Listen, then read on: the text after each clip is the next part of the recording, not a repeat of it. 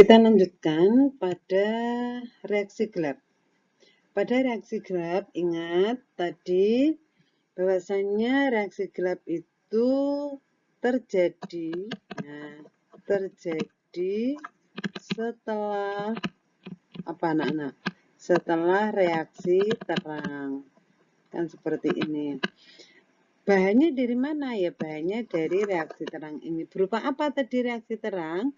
Berupa ATP dan NADPH+, ya.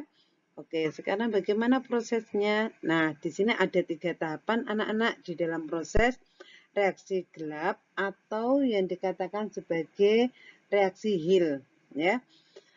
Di sini yang pertama yaitu ada fiksasi anak-anak. Nah, untuk memudahkan di sini akan bening. Ini sebenarnya bisa anak-anak, tetapi biar lebih jelasnya yang ini aja. Nah, di sini yang fiksasi itu adalah proses di mana CO2, nah ini 6CO2 akan berikatan dengan 6 RuBP atau ribulosa difosfat. Nah, jadi di sini 6 CO2 akan berikatan dengan 6 RuBP. Jadi ini berikatan. Kemudian akan menghasilkan apa? Akan menghasilkan fosfogliserat atau istilahnya adalah PGA. Nah, ini PGA. Fosfat 12-nya dari mana boleh ini? Dari 6 ribulosa difosfat dengan 6 CO2.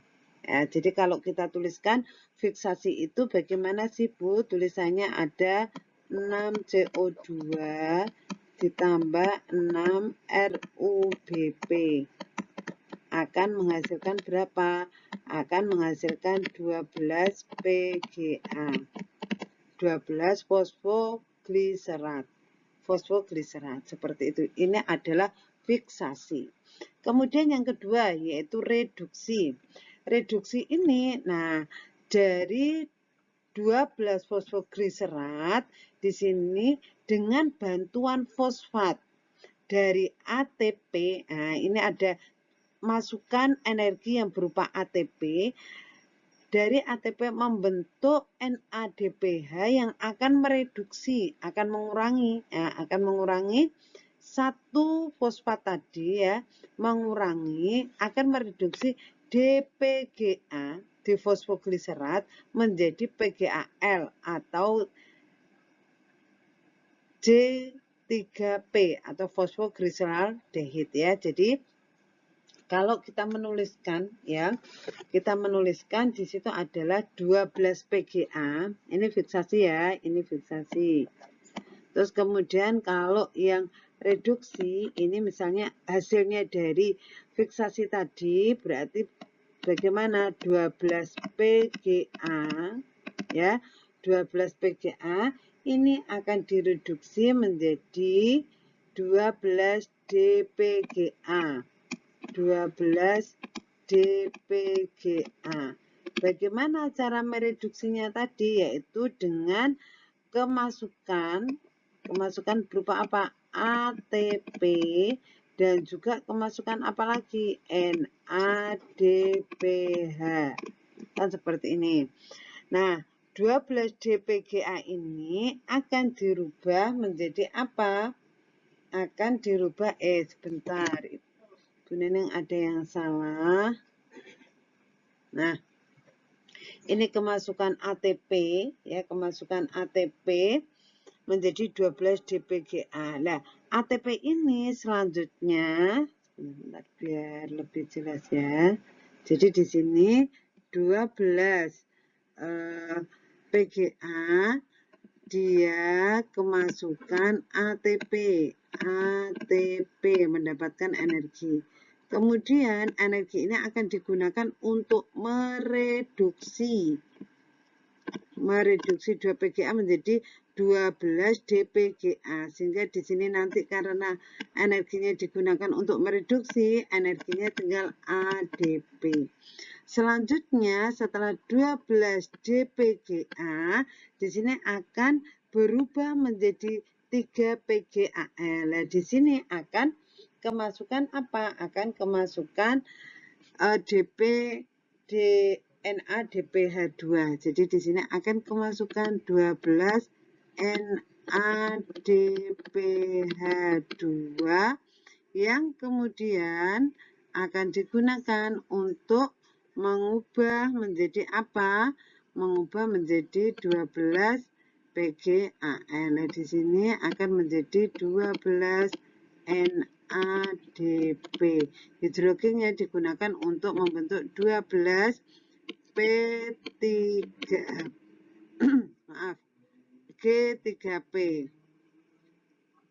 G3P. Sebentar. G3P seperti ini. Nah, selanjutnya setelah reduksi kan berarti mengalami pengurangan ya dengan bantuan ATP, kemasukan energi yang digunakan untuk mereduksi dari 12 PGA menjadi PGA DPGA, kemudian akan menjadi 12 G3P itu dengan memasukkan atau kemasukan 2 NADPH2 menjadi 2 NADP seperti ini. Nah, jadi di sini kemasukan ATP dan NADPH2 untuk membentuk ini PGAL atau ini PGAL atau G3P. Nah, selanjutnya sekarang kita regenerasi. Regenerasi itu yang bagaimana? Regenerasi itu akan mengembalikan PGAL itu untuk membentuk RUBP dan CO2 kembali. Jadi di sini regenerasi tadi kan hasilnya dari mana? Dari reduksi, yaitu berupa apa? 12 PGAL. Nah, 12 PGAL atau G3P tadi selanjutnya akan dirubah untuk membentuk 10 berupa PGAL, 10 PGAL, dan yang 2 berupa apa? Berupa dipecah menjadi 2 PGAL dan 10 PGAL. Yang 10 ini adalah untuk membentuk RUBP dan yang 2 untuk membentuk glukosa.